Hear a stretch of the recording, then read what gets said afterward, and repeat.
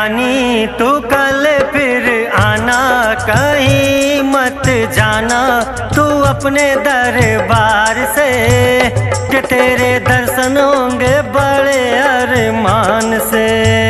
ओ अम्बे रानी तू कल फिर आना, कहीं मत जाना तू अपने दरबार से, कि तेरे दर्शन होंगे बड़े अरमान से।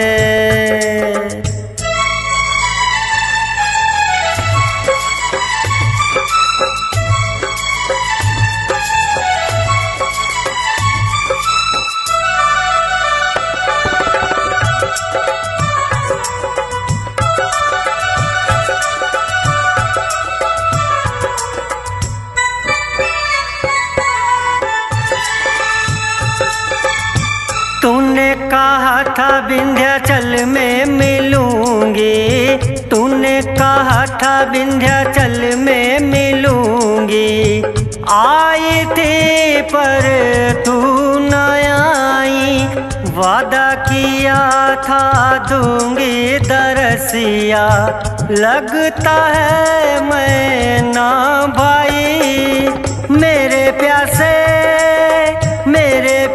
नैना तर से तू निकली न घर से, कैसे बीती ये रात सुहानी, माँ सुन ले कहानी तू अपने दरबार से, कि तेरे दर्शन होंगे बड़े अरमान से।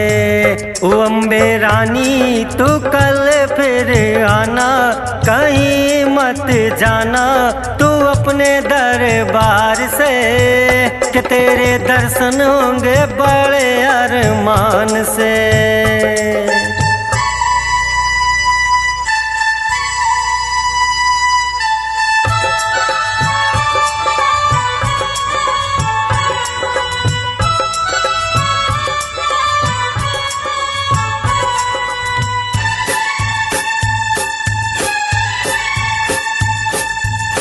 तूने कहा था चौकियन में मिलूंगी, तूने कहा था चौकियन में मिलूंगी, आई थी पर तू न आई, तूने कहा था दूंगी ललनवा, माई मैं ना बन पाई, मेरे प्यासे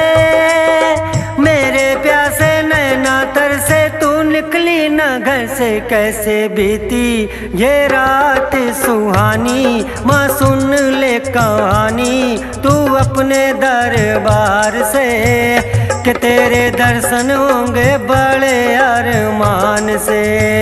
ओ अम्बे रानी तू कल फिर आना, कहीं मत जाना तू अपने दरबार से, कि तेरे दर्शन होंगे बड़े अरमान से, कि तेरे दर्शन होंगे बड़े अरमान से, कि तेरे दर्शन होंगे बड़े अरमान से।